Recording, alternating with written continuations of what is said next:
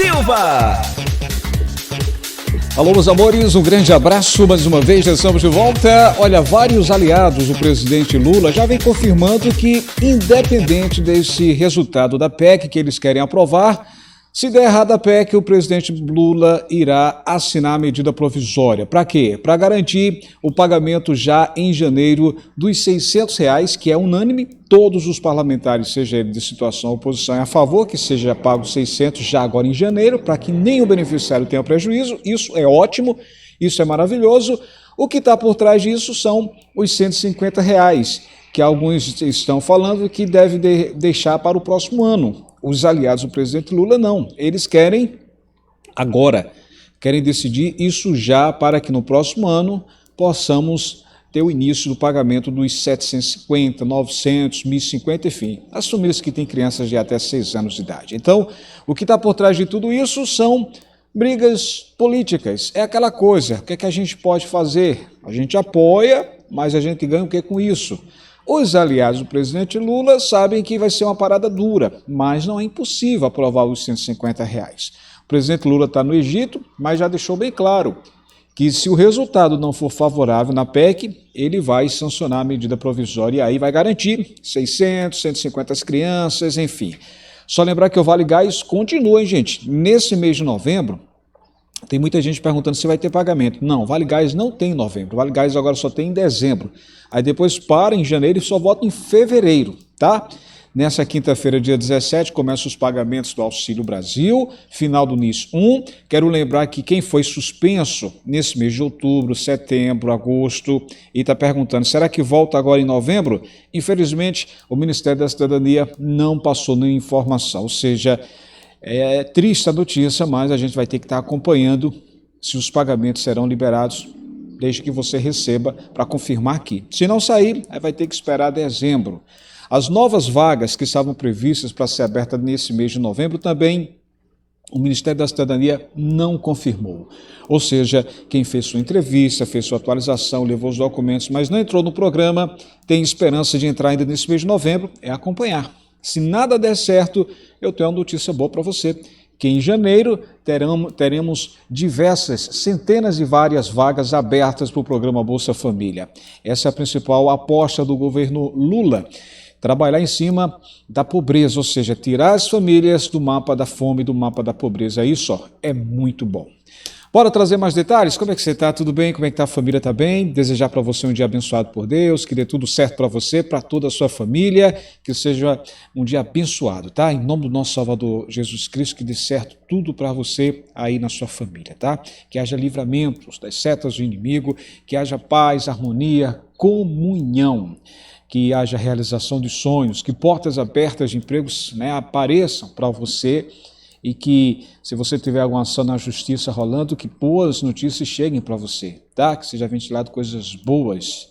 Eu sei, é difícil, perseguição, injustiça, desemprego, fome, tudo isso está no dia a dia, mas não tema. Quem tem Deus no seu coração, quem teme a Deus tem tudo, e no momento certo, na hora certa, você vai ter uma solução. Tá? Deus age diariamente e vai chegar a sua hora, vai chegar a sua vez. O melhor tempo é o tempo de Deus.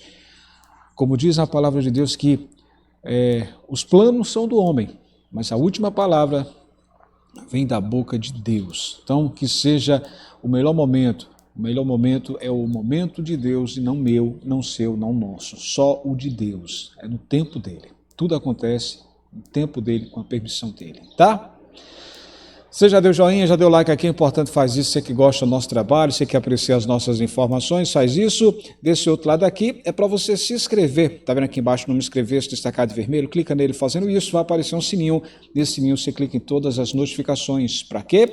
Quando tiver vídeo novo, o próprio YouTube irá avisar você. Combinado? Fiz isso? Estou confiando em você, seja bem-vindo aqui ao nosso canal, Canal Campeão. Gente, é o seguinte, você que está nos acompanhando, olha, é o seguinte, sobre essa transição, quero que você observe o que está aí para acontecer durante esses próximos dias. Deixa eu mostrar aqui no seu celular, no teu notebook. Olha só, é no apagar das luzes. O que é que trata desses R$600, desses R$150? Bem, o posicionamento que defenderei no Progressistas é o de aprovar uma PEC. Sim, mais para a transição, para garantir estabilidade para o primeiro ano do governo. O Congresso atual que sai não pode caçar a prerrogativa do novo que chega legitimado pelo povo nas urnas e ainda nem assumiu. Não pode chancelar decisões nos próximos 4 anos num apagar das luzes. A vontade popular tem que ser respeitada, disse o ministro Ciro Nogueira, que ele falou, 150 deixa para votar no próximo ano. Será que isso acontece? Bem, vamos torcer que não, né? O ministro acrescentou que todos os parlamentares que compõem a base do atual governo e apoiam uma agenda econômica diferente da que foi eleita têm o direito de se posicionar livremente. E ele falou o seguinte, abre aspas, a PEC da transição, como o próprio nome diz, é para a transição. Deve garantir somente os pontos comuns das suas candidaturas, ou das duas candidaturas, R$600 de auxílio, tanto Bolsonaro quanto Lula tinham prometido, e o aumento real do salário mínimo em 2023. Todos os outros temas da agenda do novo governo merecem ser primeiro conhecidos, assim como sua política econômica, e depois discutidos com a legitimidade do novo Congresso, avaliou Ciro Nogueira, ministro da Casa Civil. Ele é senador e hoje é ministro, né? Ele fala justamente sobre a questão dos R$150. Lula já deixou bem claro, lá no Egito, independente, eu vou aprovar se não passar essa PEC. Bem, sobre esse programa social, na sexta-feira o senador eleito Ayrton Dias, que é responsável pelas discussões orçamentárias na transição, ele disse que a apresentação da PEC ficaria para esta semana. A proposta é de uma licença para gastar R$175 bilhões, além do teto de gastos, considerando a ampliação do Bolsa Família para R$600 e o pagamento adicional de R$150 por criança de até 6 anos. E ainda, isso abriria espaço no orçamento para custear outros programas sociais, como farmácia popular, além de investimentos. Você entendeu aí? O que é que está sendo dito nesse momento? O Ciro Nogueira, eu falei isso em vídeo anterior, muita gente estava perguntando, o Ciro Nogueira, ele apoiava Lula. Depois ele recebeu o convite do presidente Bolsonaro para ser ministro da Casa Civil, e aí ele passou, hoje é o ministro da Casa Civil e apoia Bolsonaro. O presidente Bolsonaro foi derrotado nas urnas. E agora o governo Lula deixou bem claro, vamos pagar os 600 a partir de janeiro e os R$150 por criança com o jeito que eu prometi. Só que o Ciro agora, sendo questionado, inclusive anunciou em nota, que não quer que isso aconteça no governo Bolsonaro, e sim apenas no governo Lula. A questão do imposto de renda, para ninguém pagar imposto de renda até 5 mil, é um projeto do próprio presidente Lula, pelo menos ele é favorável sobre isso, e também sobre os R$150. Ele deixou, olha, esses dois aí a gente tem que deixar para o início do próximo governo, não agora. Só que se for deixar para o próximo governo, quando for em janeiro, você que tem filho de 6 anos, você não vai receber os 150. Por quê? Porque eles não querem debater isso. Pelo menos essa é a indicação, a recomendação desse ministro, Ciro Nogueira. Vocês estão entendendo o que é que está acontecendo? O presidente Lula está no Egito e deixou bem claro, se essa PEC não passar, eu acho que vai passar, eu creio que vai passar, até mesmo está tendo costura, né? O apoio com o presidente do Senado, Rodrigo Pacheco, presidente da Câmara, Arthur Lira. Sendo aprovado, beleza, a gente começa o ano com tudo. 600, tem gente que vai receber 750, outros 900, outros 1.050, dependendo do número de crianças de até 6 anos. Agora, se essa PEC a gente for derrotado, então eu assino a medida provisória e a Caixa já rola a folha de pagamento para pagar aí esses R$150 para as crianças de até 6 anos. Vocês estão entendendo o que é que está acontecendo? Então, essa é a questão, tá?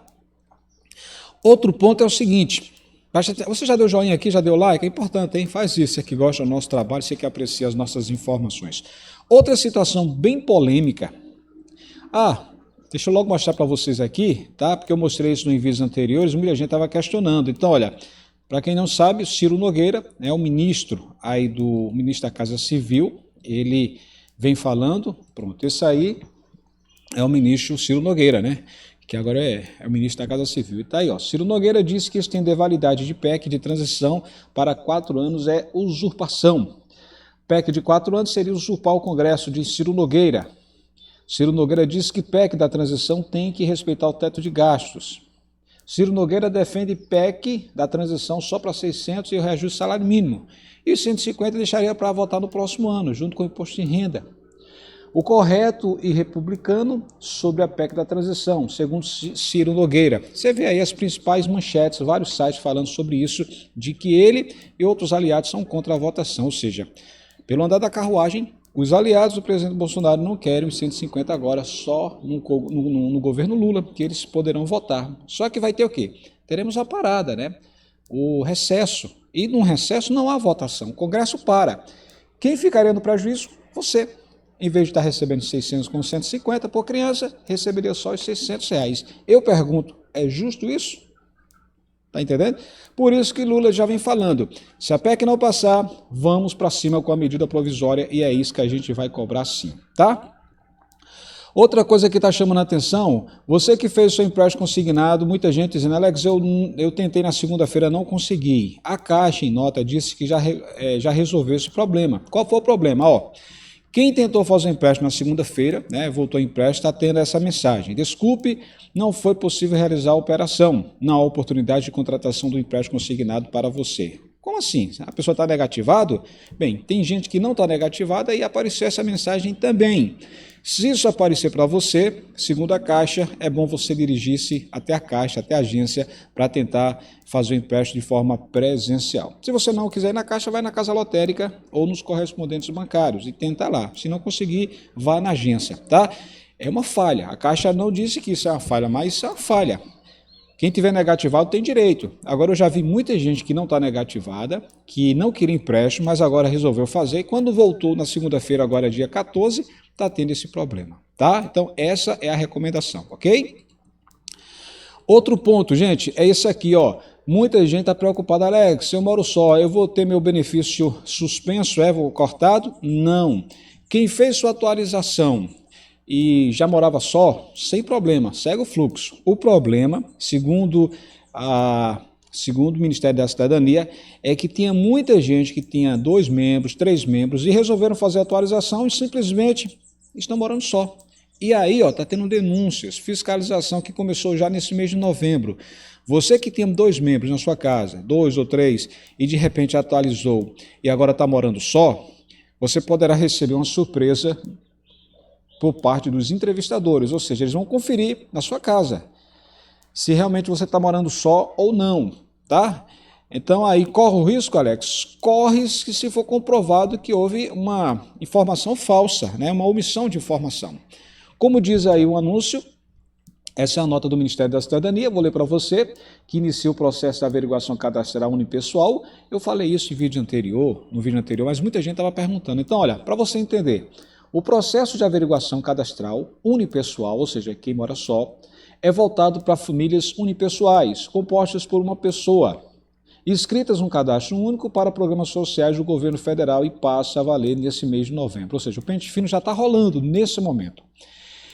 Entra em curso o processo de averiguação cadastral das famílias unipessoais, ou as pessoas que moram só, né, que tiveram cadastros incluídos ou atualizados num cadastro único, entre o mês de novembro do ano passado e outubro desse ano, com renda familiar por pessoa de até meio salário mínimo.